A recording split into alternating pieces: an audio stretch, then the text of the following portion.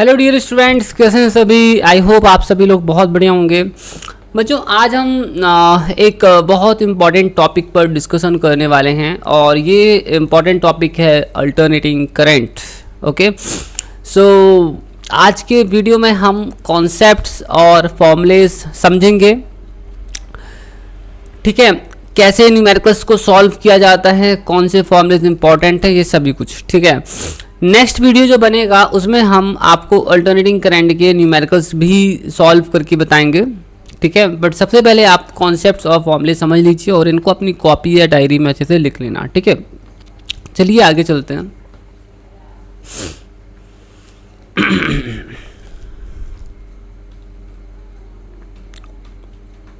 देखिए, हम सबसे पहले एकदम बेसिक लेवल पर जानेंगे कि अल्टरनेटिंग करंट क्या होता है। ठीक है, अल्टरनेटिंग करंट को समझने के लिए पहले इसका जो काउंटर पार्ट है डायरेक्ट करंट, ठीक है, या डायरेक्ट वोल्टेज, इसे अपन समझ लेते हैं क्या है।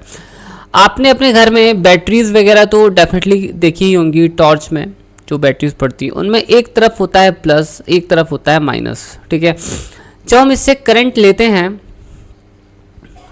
ठीक है, तो हमारा जो करंट का डायरेक्शन होता है वो हमेशा प्लस टू माइनस होता है, मतलब ए से लेकर बी की तरफ ही होता है। ठीक है, और ये पोलैरिटी कभी नहीं बदलती है। ठीक है, ओके। और डायरेक्ट करंट का जो बेसिक फीचर होता है वो ऐसा होता है कि इसकी जो वैल्यू होती है समय के हिसाब से कांस्टेंट रहती है। ऑल दो ये थोड़ा थोड़ा डिक्रीज हो सकती है प्रैक्टिस, मतलब देखा जाए तो, मतलब क्योंकि अंदर जो इलेक्ट्रॉन्स हैं, ठीक है, धीरे धीरे रिड्यूस होने लगते हैं। हालांकि अगर हम एक आइडल सेल की बात करें तो उससे निकलने वाला जो करंट होता है वो एकदम उसकी वैल्यू मैग्नीट्यूड फिक्स्ड होता है। ठीक है, अगर 2 एम्पियर का करंट निकल रहा है तो 2 एम्पियर का ही करंट जो है निकलता रहेगा। ठीक है, बैटरी से ऐसा नहीं होगा कि जो 2 एम्पियर का करंट निकल रहा था, ठीक है, तो ऐसा नहीं होगा कि कुछ समय के बाद जो है इसका डायरेक्शन बदल जाए। मतलब डायरेक्शन अभी हम जैसे देख रहे हैं ए, ठीक है, तो ए से इस तरफ जा रहा है, निकलने के बाद लेट्स सी डी बी, है ना, ए सी डी बी फॉलो कर रहा है ना। ऐसा नहीं होगा कि इसका जो डायरेक्शन है वो चेंज हो जाए, है ना, डायरेक्शन हमेशा ऐसा ही रहेगा। ठीक है, so that is the direct current. ठीक है, और डायरेक्ट करंट की एक और भी बात होती है कि बेसिकली इसका जो मैग्नीट्यूड होता है वो कांस्टेंट होता है। अगर 2 एम्पियर निकल रहा है तो 2 एम्पियर ही निकलता है, आइडली हम बात करें। अच्छा, अब हम बात करते हैं कि अल्टरनेटिंग करंट क्या होता है। ठीक है, तो अल्टरनेटिंग करंट, अल्टरनेटिंग वोल्टेज क्या होता है। देखिए स्टूडेंट्स, अगर हम एक कॉइल ले लें, ठीक है, लाइक दिस, ठीक है, और इस कॉइल को मैग्नेटिक फील्ड में रख दें और अब अगर हम इस कॉइल को रोटेट करते हैं तो जब हम इस कॉइल को रोटेट करते हैं तो यहाँ जो फ्लक्स होता है ना इससे लिंक्ड, वो चेंज होता है ना। जो फ्लक्स होता है इससे जुड़ा हुआ वो क्या होता है, चेंज होता है। फ्लक्स के चेंज होने से d∅/dt नाम की जो क्वांटिटी होती है जो कि नॉन ज़ीरो हो जाएगी, ये एग्जिस्ट हो जाती है और इसे हम कहते हैं EMF, है ना। सो this is the induced EMF in the coil. जब फ्लक्स चेंज होता है तो EMF इंड्यूस हो जाता है और इसी EMF के इंड्यूस होने से हमें करंट भी मिलता है। ठीक है, ये अपॉन आर।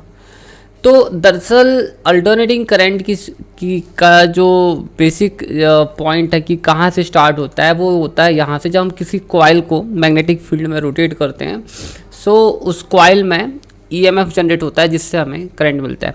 अल्टरनेटिंग करंट जो होता है या अल्टरनेटिंग जो वोल्टेज होता है, ठीक है, तो इसे ऐसे लिखा जा सकता है। अल्टरनेटिंग वोल्टेज को V=V0 sin ओमेगा t ऐसे लिख सकते हैं। ठीक है, और अल्टरनेटिंग करंट को V को ऐसे लिख सकते हैं I0 sin ओमेगा टी। यहाँ पर साइन भी हो सकता है, कॉस भी हो सकता है, साइन कॉस हो सकता है, कॉस साइन हो सकता है, उससे मतलब नहीं है। ठीक है, वो कुछ भी हो सकता है, बट दैट डिपेंड्स कि हमारा जो सर्किट है उसमें सिर्फ रेसिस्टर है या उसमें सिर्फ कैपेसिटर है या उसमें सिर्फ इंडक्टर है, वो डिपेंड करता है। तो उससे इतनी चिंता की बात फिलहाल में नहीं है, वो हम लेटर ऑन डिटेल में जाएंगे। फिलहाल में आप ध्यान रखें कि वोल्टेज और करंट साइनोसॉइडल होता है ना। इससे एक बात और पता चलेगी कि जो डायरेक्शन है करंट का वो चेंज भी हो रहा है ना, समय के हिसाब से उसमें चेंजेस भी आ रहे हैं। ठीक है, अब देखो यहाँ पर जो है, ठीक है, अगर हम से करंट को ही लिख लें, यहाँ पर ऐसे लिखते हैं तो ये देखिए कि करंट कैसा है, साइन वेव की तरह जा रहा है। अब देखो यहाँ एक चीज़ नोट करनी है, ठीक है, सो आई नॉट, ये पीक वैल्यू है करंट की। ठीक है, तो आप देखेंगे कि इतने रीजन में करंट का डायरेक्शन अलग है और इतने रीजन में करंट का डायरेक्शन चेंज हो गया है ना। तो करंट का जो डायरेक्शन है वो चेंज हो रहा है, उसकी पोलैरिटी चेंज हो रही है। इसी तरह से वोल्टेज जो है उसकी भी पोलैरिटी बदलती रहती है, तो इसीलिए इसको ना ऑल्टरनेटिंग करंट कहते हैं, that's why it is called alternating current. ठीक है,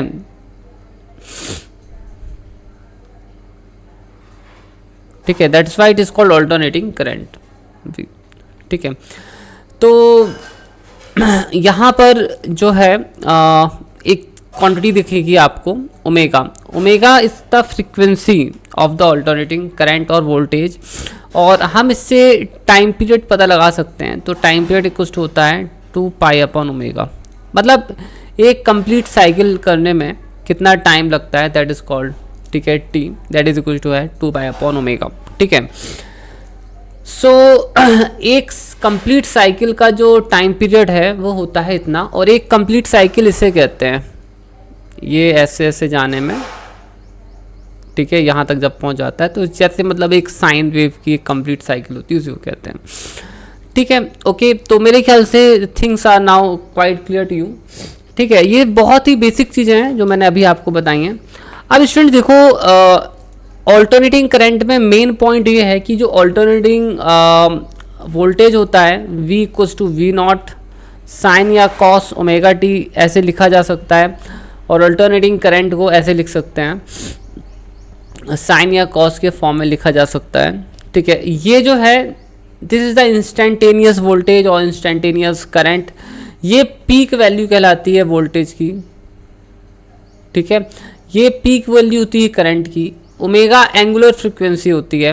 ठीक है, ओमेगा इक्वल टू होता है 2 पाई एफ या 2 पाई अपॉन टी। तो इसी से हम पीरियड भी निकाल सकते हैं हमारे साइकिल का, हमारे वोल्टेज की साइकिल का, 2 पाई अपॉन ओमेगा। ठीक है, तो ये कुछ फंडामेंटल चीज़ें हैं जो ध्यान रखती हैं। तो I hope so that's clear to you.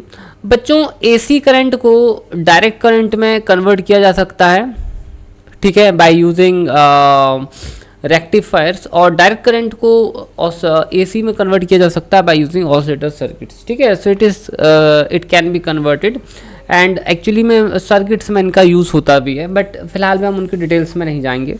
ठीक है, देखो, जो अल्टरनेटिंग करंट के जब क्वेश्चन आते हैं एग्जाम में ना, तो बहुत ही सिंपल क्वेश्चंस आते हैं, बेसिक कॉन्सेप्ट पर से रिलेटेड रहते हैं, इसलिए आपको एकदम बेसिक कॉन्सेप्ट को समझना है अच्छे से। ठीक है, बहुत ही एडवांस्ड या हाई लेवल के क्वेश्चंस नहीं आते हैं, बहुत ही बेसिक क्वेश्चन आते हैं अल्टरनेटिंग करंट से जब आप एग्ज़ाम में रहते हैं।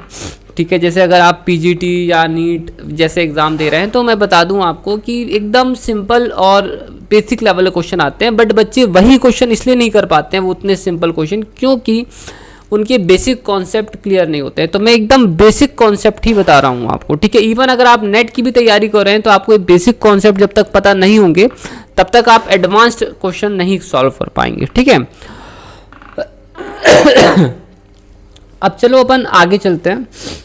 देखो, इसमें जैसे ये तो पता चल गया है कि ये वोल्टेज है और ये हमारा करंट है। यहाँ पर एक बहुत इंपॉर्टेंट चीज़ ये आती है कि ऑल्टरनेटिंग करंट या वोल्टेज की एवरेज वैल्यू क्या होती है। ठीक है, what is the average value.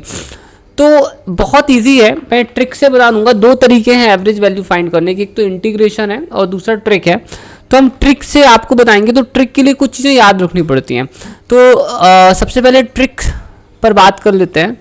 तो पहली चीज़ ये होती है कि आपका जो साइन ओमेगा टी होता है, ठीक है, या आपका कॉस ओमेगा टी होता है, इसकी जो एवरेज वैल्यू होती है ना, एक्चुअली में 0 होती है ओवर द कंप्लीट साइकिल। ठीक है, ओवर द कंप्लीट साइकिल अगर हम कंप्लीट साइकिल पर बात करें जहाँ t इक्वल्स टू 2π/ω है, तो इसकी जो एवरेज वैल्यू होती है ना वो 0 होती है। और साइन स्क्वायर ओमेगा टी की, ठीक है, या कॉस स्क्वायर ओमेगा टी की जो एवरेज वैल्यू होती है कंप्लीट साइकिल पर वो होती है 1/2, ठीक है। तो ये चीज़ आप अगर याद रखते हैं तो आप बहुत सारे न्यूमेरिकल्स बहुत आसानी से सॉल्व कर सकते हैं, ठीक है। अब जैसे मुझे अल्टरनेटिंग पोटेंशियल की एवरेज वैल्यू निकालनी है एक कंप्लीट साइकिल में, तो आप देखो ये 0 आएगी, ठीक है। इसी तरह से अगर मुझे अल्टरनेटिंग करंट की एवरेज वैल्यू निकालना है कंप्लीट साइकिल पर, तो ये कितनी हो जाएगी, ये 0 हो जाएगी, आप देख सकते हो। अगर मुझे वी स्क्वायर की एवरेज वैल्यू निकालनी है तो V naught square and sine square omega t, so it is coming out to be this much. इसी तरह से अगर आई स्क्वायर की मुझे एवरेज वैल्यू निकालनी है तो ये कितना हो जाएगा। अच्छा, एक बात तो आप समझ गए होंगे कि यहाँ साइन हो या कॉस हो उससे फर्क नहीं पड़ने वाला, average values are going to be same, ठीक है। So I naught square upon √2, ठीक है। अब चलो थोड़ा सा अपन और आगे चलते हैं। तो ये चीज़ तो क्लियर हो गई। अब हम बात करेंगे root mean square value VRMS। तो रूट मीन स्क्वायर वैल्यू में करना कुछ नहीं होता है, आप इसमें रूट लगा देते हैं, ठीक है। तो ये हमारा हो जाता है V0/√2। अगर आप इसमें देखें IRMS में तो ये हमारा हो जाएगा I0/√2, ठीक है। आई बात समझ में आपको। तो इस तरह से हम जो है रूट मीन स्क्वायर वैल्यूज निकाल सकते हैं। अब आपको ना ये जो रिजल्ट्स हैं 1 2 3 4 5 6 बिल्कुल रटना है। एक इम्पॉर्टेंट चीज़ 1/√2 इज इक्वल टू होता है 0.707। ये आपको ना एकदम हमेशा याद रखना है, क्योंकि ये रेशियो इतना इंपॉर्टेंट है, इतना ज़्यादा यूज़ होगा, आप क्वेश्चन सॉल्व करोगे कि आप इसे बार बार वैल्यूट करोगे तो आपका टाइम वेस्ट होगा, ठीक है। इसलिए बेटर टू जस्ट मेमोराइज, ठीक है। इसलिए इसको बिल्कुल रट लेना, ठीक है। अभी तक मैंने जो बताया है एकदम फंडामेंटल है, ठीक है। अब चलो मैं आपको बताता हूँ हाफ साइकिल में। हाफ साइकिल हम कहते हैं 0 से लेकर जब t/2 की बात करें, जहाँ की आपका t इक्वल्स टू है 2π/ω, ठीक है। तो इस इतनी हाफ साइकिल में जो साइन ओमेगा टी की जो वैल्यू होती है, एवरेज वैल्यू होती है, वो होती है पाई, दैट इज इक्वल्स होता है 2/π। इसी तरह से कॉस का भी है, कॉस ओमेगा टी की जो एवरेज वैल्यू होती है हाफ साइकिल में होती है 2/π, ठीक है। अब अगर हम, ठीक है, से वोल्टेज का एवरेज वैल्यू हाफ साइकिल में निकालते हैं तो ये हमारा हो जाएगा, ठीक है, 2/π V0, ठीक है। इसी तरह से अगर हम करंट को का हाफ साइकिल में निकालते हैं तो ये हो जाएगा I0,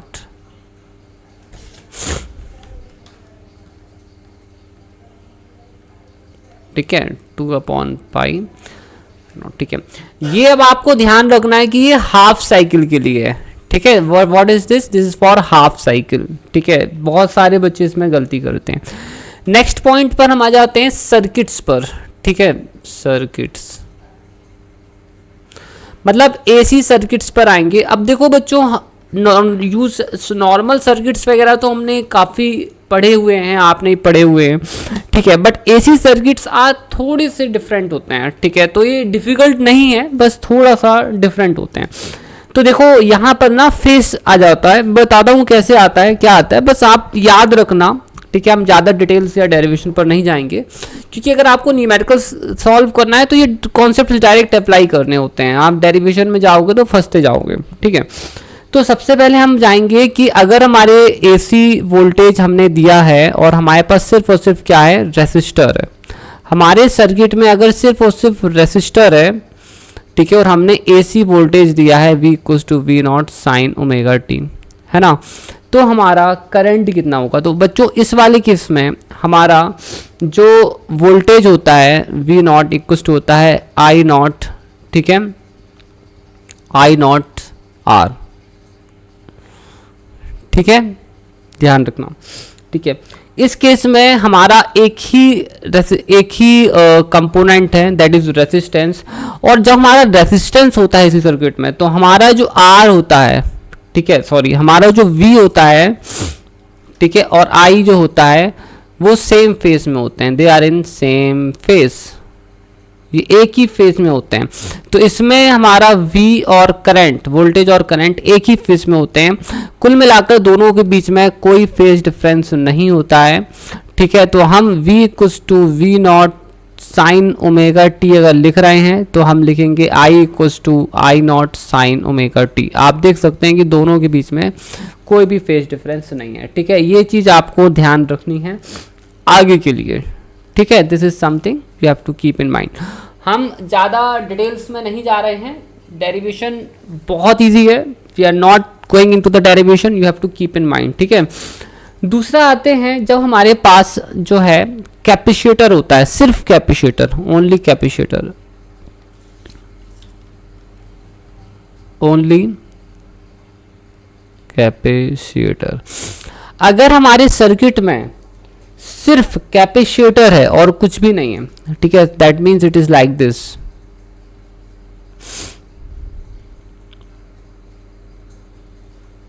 ठीक है। अगर ये हमारे साथ है तो क्या होगा फिर इन दैट केस, देखो जो कैपेसिटर होता है, ये जो रेजिस्टेंस ऑफर करता है, हम इसे रिएक्टेंस कहते हैं, तो इसे कहते हैं कैपेसिटिव रिएक्टेंस, ठीक है। तो इस केस में यहां से निकलने वाला अगर पीक वोल्टेज V नॉट है, तो V नॉट इक्वल टू होता है I नॉट XC, ठीक है। XC कैपेसिटिव रिएक्टेंस, मतलब कैपेसिटर जो रेजिस्टेंस ऑफर करता है उसे हम रिएक्टेंस कहते हैं, and that is equal to होता है 1/ωc, ठीक है। ये ध्यान रखना, ठीक है। इसमें जो दूसरी बात ध्यान रखनी है वो ये है कि इस केस में हमारा जो करंट होता है और हमारा जो वोल्टेज होता है, इसके बीच में 90 डिग्री का फेज डिफरेंस होता है, और एकदम क्लियरली आप देख सकते हो, ठीक है, कि इन दिस केस, ठीक है, V voltage lags I by 90 degree, 90 degree से ये वोल्टेज लैग कर रहा है, ठीक है। ये रटना पड़ेगा आपको, डेरिवेशन हम कर सकते हैं but we will not be doing right now. यहाँ पर जो ओमेगा आप देख रहे हो वो बेसिकली करंट की फ्रीक्वेंसी है, ठीक है। अगर मैंने ऐसे ओमेगा टी के फॉर्म में लिखा है, so that is the frequency of the current. अच्छा, तो एसी करंट की जितनी ज़्यादा फ्रीक्वेंसी होगी, है ना, उतना ही रिएक्टेंस का वैल्यू कम हो जाता है। तो हाई फ्रीक्वेंसी जो होती है का जो एसी करंट होता है, ठीक है, उसके लिए जो कैपेसिटर होता है वो कम रेजिस्टेंस ऑफर करता है, ठीक है, ओके। तो ये रहता है। अगर हम डीसी करंट की बात करें तो ओमेगा की वैल्यू एक्चुअली में 0 हो जाती है, और ओमेगा की वैल्यू 0 होने से कैपेसिटिव रिएक्टेंस क्या हो जाएगा, इनफाइनाइट हो जाएगा। इसका मतलब ये है कि कैपेसिटर से डायरेक्ट करंट पास नहीं हो सकता है, ठीक है। बहुत इंपॉर्टेंट है, आप इस चीज़ को ध्यान रखेंगे, रट लेना, लिख लेना, ठीक है। अब हम आ जाते हैं इंडक्टर। इंडक्टर मतलब कॉइल टाइप, ठीक है। तो ओनली इंडक्टर, जब हमारी सर्किट में ओनली इंडक्टर होता है तो क्या होता है, सो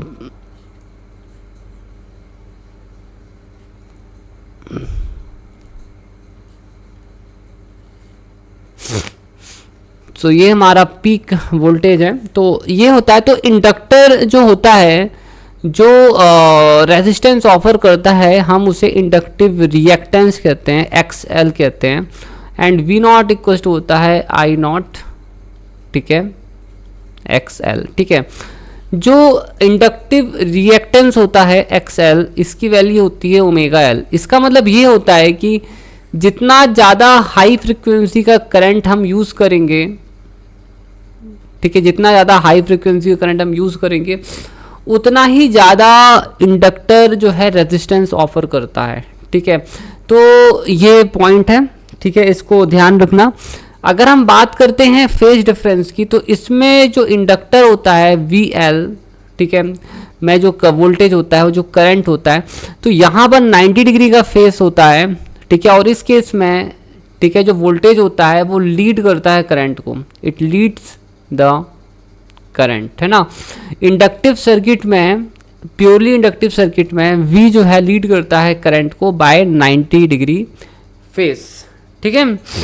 तो मेरे ख्याल से ये क्लियर है और ये चीज़ आपको समझ में आ गई होगी अच्छी तरह से।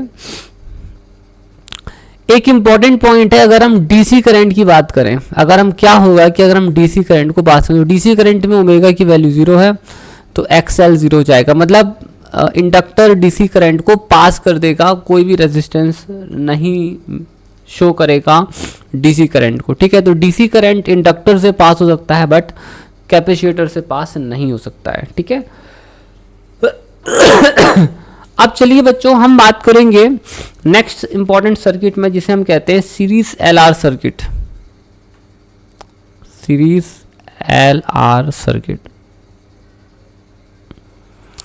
जो सीरीज एलआर सर्किट होता है स्टूडेंट्स, उसमें क्या है कि जो आर है और एल है, मतलब इंडक्टर है, ये ना सीरीज में होते हैं, दे आर इन सीरीज, ठीक है। और ये वोल्टेज सोर्स हो गया, ठीक है, ये इस तरह से होते हैं। तो अब देखो हम यहाँ पर एक फेज डायग्राम बनाएंगे। तो रेजिस्टेंस में तो करंट सेम फेज में ही होता है जैसे हम पढ़ चुके हैं, ठीक है, in the same phase as of the current. और इंडक्टर में जो करंट होता है वो 90 डिग्री आउट ऑफ फेज होता है, ठीक है, it is phase difference 90 degree होता है, तो ये होता है, ठीक है। तो अब यहाँ पर इन दोनों का जो रिजल्टेंट होता है, ये हो गया VL, ये हो गया VR, ठीक है। So this is the resultant V, that is equal to हो जाएगा VL square plus VR square, ठीक है। आया समझ में आपको। तो यहाँ पर अगर हम देखें तो V इक्वल टू क्या आया हमारा, VL स्क्वायर, ठीक है, और VR स्क्वायर। तो ये हमारा हो जाएगा ZI, ठीक है, ZI, ठीक है।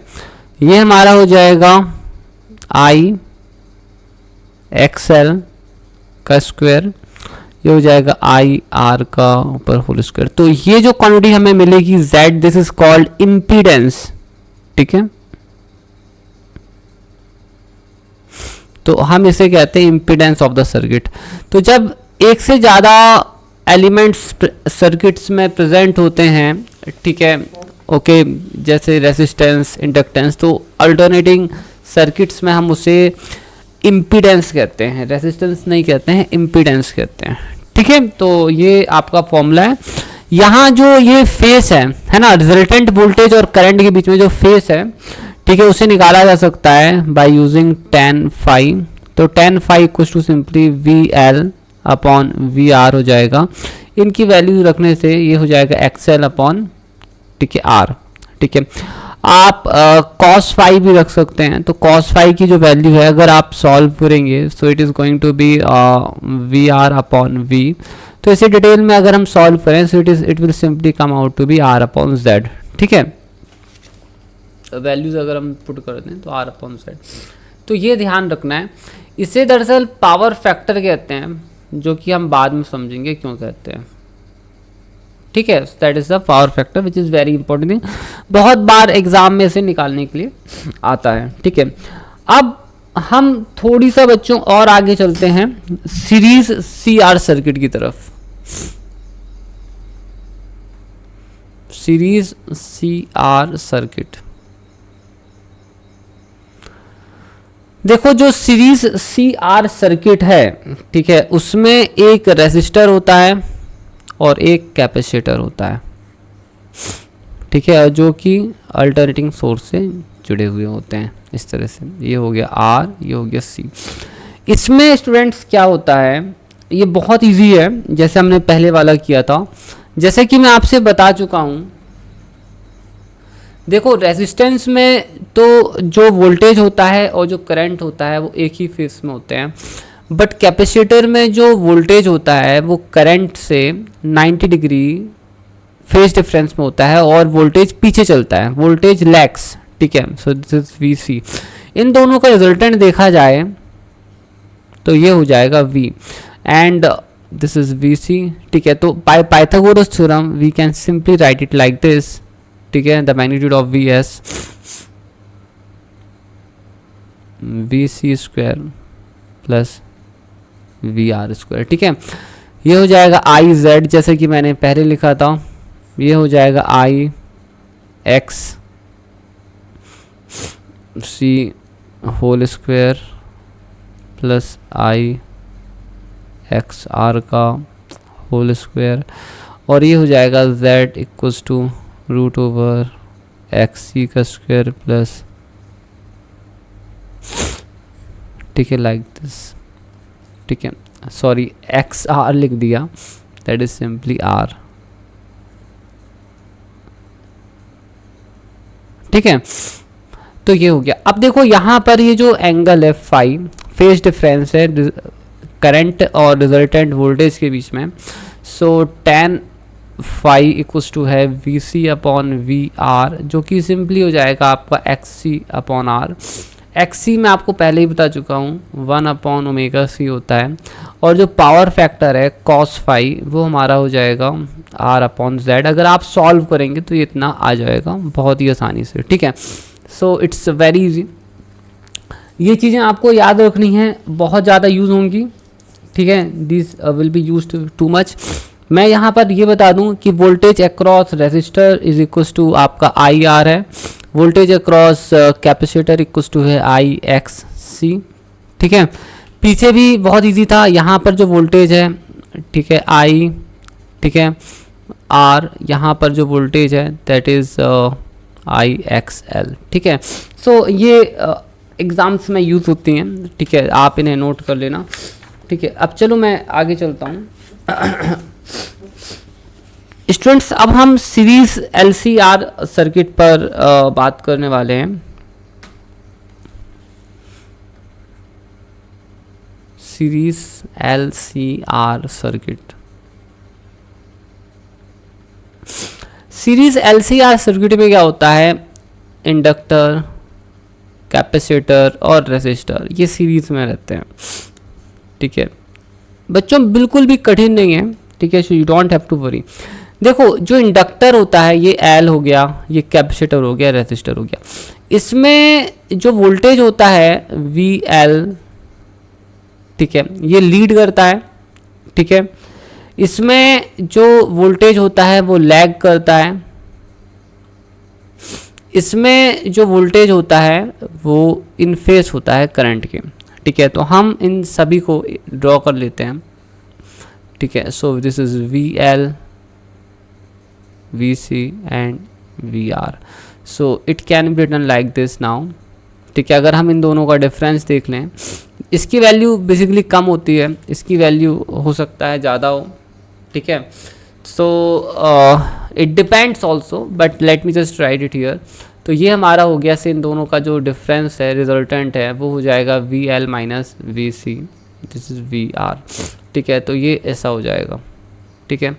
सो ये हो गया आपका VL माइनस VC, ये आपका हो गया VR। तो ये जो रिजल्टेंट होगा ये रिजल्टेंट हो जाएगा V, ठीक है, और ये हमारा हो जाएगा root over VR square plus VL minus VC का होल स्क्वायर। तो अगर मैं यहाँ पर जैसे लास्ट टाइम वैल्यूज पुट किया था तो मैं आराम से शो कर सकता हूँ कि जो इम्पिडेंस है वो हमारा आएगा root over R square plus, ठीक है, XL माइनस XC का होल स्क्वायर, ठीक है। So this the impedance. यहाँ phi is the phase difference between the current and the resultant potential, ठीक है। तो वो भी निकाल सकते हैं, ठीक है। तो हम यहाँ सबसे पहले आपको tan फाई बता देते हैं। tan phi is very easy, this is simply equals to है VL minus VC upon VR, ठीक है। तो वैल्यूज पुट करने पर ये हो जाएगा XL minus XC upon R, ठीक है। अगर हम पावर फैक्टर निकालना चाहते हैं cos फाई जिसे हम कहते हैं power factor, so it will be simply, ठीक है, VR अपॉन V, जिसे सॉल्व करने पर R अपॉन Z मिलेगा आपको, ठीक है, आप इसे ध्यान रखना, ठीक है। ओके, अब स्टूडेंट्स मैं यहाँ एक बहुत इंपॉर्टेंट चीज़ बताऊँगा कि रिजोनेंस क्या होता है, ठीक है। रिजोनेंस की कंडीशन बताता हूँ। देखो आपका जो एक्स एल है वो ओमेगा एल है, ठीक है। आपका जो एक्स सी है, ठीक है, वो कितना है 1 upon omega, that is 1 upon omega C है। तो ओमेगा की मदद से ऐसा पॉसिबल है कि कोई एक ऐसी वैल्यू मिल सकती है जिस केस में, है ना, एक ओमेगा की कोई एक ऐसी वैल्यू हो सकती है जब हमारा X L equals to X C हो जाए।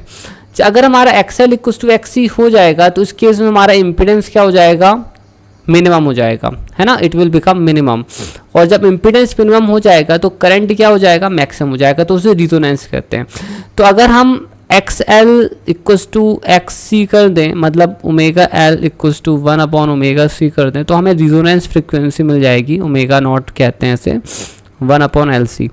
तो ये एक ऐसी फ्रिक्वेंसी है जिसमें हमारा जो करंट होता है सर्किट में वो मैक्सिमम होता है, ठीक है। ओके, तो इस ये करंट जो होता है पास हो जाता है सर्किट से, ठीक है।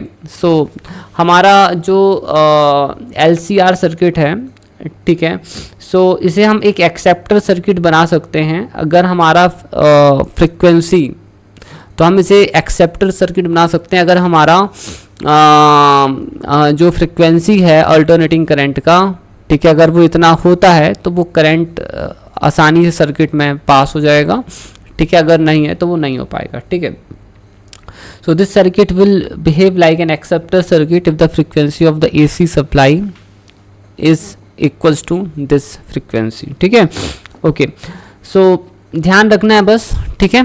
ओके, तो आगे चलते हैं अब इसके बाद हमारा नेक्स्ट आता है पैरेलल LCR सर्किट का। Parallel LCR circuit, LCR circuit. Parallel LCR circuit में क्या होता है कि L और R ये तो सीरीज में होते हैं, बट जो कैपेसिटर होता है वो पैरेलल में होता है। सो ये ऐसा होता है L, R एंड C, ठीक है। और इन यहाँ से हम अल्टरनेटिंग सोर्स देते हैं like this. I hope that this is clear to you, ठीक है। तो इसमें बेसिकली जो भी करंट होता है, पहली बात तो ये ध्यान रखनी कि दो हिस्सों में बढ़ जाता है, एक तो इंडक्टर साइड में, ठीक है, और दूसरा जो होता है कैपेसिटर साइड में बढ़ जाता है। दो हिस्सों में ये बढ़ जाता है, ठीक है। बेसिकली मैं इसमें बहुत डिटेल में तो नहीं जाऊंगा, बट मैं आपको बता दूं कि इसमें ये रिजेक्टर सर्किट की तरह काम करता है। अगर हमारा तो यहाँ पर जो फ्रीक्वेंसी है, ठीक है, इस पर्टिकुलर फ्रीक्वेंसी पर, तो ये फ्रीक्वेंसी होती है 1 upon LC minus R upon L का होल स्क्वायर। तो ये इस पर्टिकुलर फ्रीक्वेंसी को रिजेक्ट करता है। It does not allow the this particular frequency to pass through the circuit, है ना, इट डज नॉट अलाउ, है ना। तो इसे हम कह सकते हैं it acts like a ejector circuit, ejector circuit, ठीक है। तो ये इस पर्टिकुलर फ्रीक्वेंसी को पास नहीं होने देगा, या ये कह सकते हैं इस केस में एडमिटेंस मिनिमम होता है, या ये कह सकते हैं कि जब ये फ्रीक्वेंसी होती है तो हमारा Z जो होता है वो मैक्सिमम हो जाता है, ठीक है, इम्पिडेंस बढ़ जाता है इस पर्टिकुलर फ्रीक्वेंसी में। So parallel LCR circuit does not allow the current of this frequency to pass through the circuit, ठीक है। यहाँ पर एक इंपॉर्टेंट चीज़ है Q फैक्टर जिसे हम कहते हैं, which is bit related to the current magnification, ठीक है। तो Q फैक्टर जो होता है वो होता है ओमेगा L अपॉन R, ठीक है, या सिंपली आप इसे XL अपॉन R भी लिख सकते हैं। So this called Q factor, ठीक है। तो इसे याद रखना, it is a measure of current magnification, ठीक है। तो इसमें इतना ही याद रखना है, मैं बहुत ज़्यादा डिटेल्स में नहीं जा रहा हूँ, ठीक है, बिकॉज न्यूमेरिकल्स सॉल्व करने के लिए अगर आप बेसिक PGT लेवल के न्यूमेरिकल्स करना चाहते हैं, नीट वगैरह की करना चाहते हैं, या IIT मेंस की करना चाहते हैं, so this much is sufficient, ठीक है। अब हम AC में सर्किट्स की केस में पावर पर बात कर लेते हैं। पावर का क्या खेल है बच्चों, यहाँ पर जो पावर होती है वो फेस पे डिपेंड करती है, ठीक है, वो किस पे डिपेंड करती है, फेस पे डिपेंड करती है। ठीक है, तो यहाँ जो पावर का फॉर्मूला है वो होता है VRMS IRMS and cos phi. ठीक है, ठीक है। इसमें अब मैं आपको एक चीज़ बता दूं, जैसे हम अपने घरों में जो हाउस होल्ड वोल्टेज सप्लाई होती है ना, तो एक बहुत इंपॉर्टेंट चीज़ है हाउस होल्ड। तो जो हमारे घर में जब हम बोलते हैं ना कि 220 वोल्ट आ रहा है, ठीक है, तो वो एक्चुअली में ना VRMS होता है ना। तो वो रूट मीन स्क्वायर वैल्यू होती है। ठीक है, अगर आपको पीक वैल्यू निकालनी है तो उसमें आपको 220 में √2 का मल्टीप्लाई करोगे, तब आपको पता चलेगा कि एक्चुअली में पीक वैल्यू कितनी है। ठीक है, ध्यान रखना। इसमें ये जो है इसे हम पावर फैक्टर कहते हैं, पावर फैक्टर कहते हैं। फाई जो है ना वो आपका रिजल्टेंट पोटेंशियल, ठीक है, रिजल्टेंट वोल्टेज और आई के बीच का एंगल होता है, के बीच में फेस एंगल होता है। ठीक है, और इसे आपको याद रखना है, इतनी क्वांटिटी को एपरेंट पावर कहते हैं।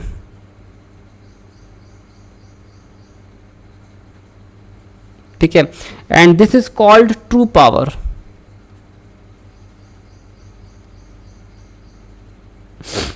ठीक है, अब स्टूडेंट्स देखो, एक बहुत ही शानदार चीज बताऊंगा। अगर हमारा फाई जो है वो 90 डिग्री हो जाए तो हमारा cos फाई 0 हो जाएगा और इस केस में P 0 हो जाएगा। मतलब इस केस में हमें जो करंट मिलेगा, क्योंकि हमारा power 0, so we will get wattless current, wattless current. So अगर हमारा पावर फैक्टर 0 हो जाता है बिकॉज फाई 90 डिग्री हो जाता है, तो what the current we get is called known as wattless current. ठीक है, अब मैं आपको एक बढ़िया सा एग्जांपल बताने वाला हूँ। ठीक है, वो है चोक कॉइल का।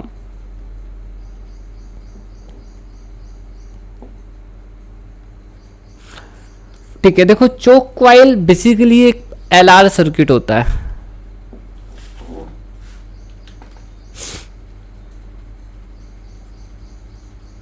चोक कॉइल जो है वो बेसिकली क्या होता है, एक प्रकार का LR सर्किट है। It is LR circuit, LR circuit में क्या होता है देखिए क्या होता है, हम चाहें तो सिर्फ L सर्किट भी यूज कर सकते हैं, बट सच्चाई ये है कि हर चीज में जो है रेजिस्टेंस होता है। अगर हम सिंपली एक कॉइल भी लेते हैं तो उसके अंदर ऑटोमेटिकली रेजिस्टेंस आ ही जाएगा, क्योंकि रेजिस्टेंस तो हर चीज में होता ही होता है, थोड़ा हो कि कितना भी कम हो, बट होता है। तो ये रहता है। तो LR circuit is basically an LR circuit. ठीक है, choke coil is basically an LR circuit. तो इसमें क्या होता है, जैसे कि मैंने बताया, रेजिस्टेंस में तो वोल्टेज और करंट एक ही फेस में होते हैं, जबकि यहाँ जो इंडक्टर होता है उसमें जो वोल्टेज होता है वो 90 डिग्री आउट ऑफ फेस होता है। It's the phase difference between VR and L is 90 degree, और यहाँ पोटेंशियल लैग भी लीड भी करता है। ठीक है, तो अगर हम इन दोनों का रिजल्टेंट देखते हैं तो रिजल्टेंट कैसे निकलता है, ऐसे है ना। तो V इक्वल्स टू होता है √VL स्क्वायर प्लस VR का होल स्क्वायर, ऐसे होता है। चलो मैं यहाँ पर ना पावर फैक्टर निकालता हूँ, पावर फैक्टर। तो पावर फैक्टर हमारा होता है cos फाई, तो ये होता है VR अपॉन V, ठीक है, बेस अपॉन हाइपोटेनस। तो ये हमारा हो जाएगा R अपॉन, ठीक है, and this is going to be your √over, ठीक है, XL का स्क्वायर, ठीक है, प्लस आपका R स्क्वायर। अब स्टूडेंट्स देखो, हम चोक कॉइल में क्या करते हैं कि हमारा जो XL होता है, ठीक है, इसको मतलब which is equal to omega L, हम इसको काफ़ी बढ़ा देते हैं रेजिस्टेंस के अपेक्षा। तो इस तरह से हमारा जो cos फाई होता है वो क्या हो जाता है R अपॉन, ठीक है, XL हो जाता है, मतलब R अपॉन ओमेगा L हो जाता है। अब क्योंकि ये हमने बताया कि हम अपना ये क्राइटेरिया मेंटेन करके रखते हैं, सो बेसिकली ये जो क्वांटिटी होती है, this quantity is very small, ठीक है, मतलब ये कह सकते हो कि very close to zero, very small. और ये बहुत स्मॉल होने से जो पावर होता है, पावर लॉस, ये भी क्या हो जाता है, ठीक है, बहुत छोटा हो जाता है। It is also becomes very small. सो बेसिकली चोक कॉइल का काम क्या होता है कि सर्किट में जो पावर होता है, पावर लॉस होता है उसे मिनिमम कर देना, कम से कम कर देना, जिससे हमारा, ठीक है, जिससे हमारा जो पावर लॉस होता है कम हो जाता है, ठीक है, और इससे हमारा जो है सर्किट और एफिशिएंट हो जाता है, ठीक है. So that's the main thing. तो आप इस चीज़ को ध्यान रखना, ठीक है. So that's the thing. तो बच्चों ऑल्टरनेटिंग करंट में वैसे बताने के लिए तो और भी बहुत कुछ है, ठीक है, बट ये कुछ बेसिक चीज़ें थी, ठीक है. डेफिनेटली हम लोग और डिटेल्स में जा सकते हैं, बट फिलहाल अभी नहीं जाएंगे. मैं नेक्स्ट क्लास में आपको न्यूमेरिकल्स वगैरह कराऊंगा, तो कुछ चीज़ें आपको और पता चलेंगी. हालांकि अभी जो चीज़ें बताई हैं बहुत ही फंडामेंटल हैं, और अगर आप तैयारी कर रहे हैं तो ये चीज़ें आपको, हम फिज़िक्स एग्ज़ाम दे रहे हैं, उसकी तैयारी कर रहे हैं, फिज़िक्स एग्ज़ाम, किसी भी फिज़िक्स एग्ज़ाम की तैयारी कर रहे हो, तो ये फंडामेंटल चीज़ें हैं और ये आपको हमेशा अच्छी तरह से पता रहनी चाहिए, ठीक है. Okay students, so take care, bye bye, thank you so much. Okay bye.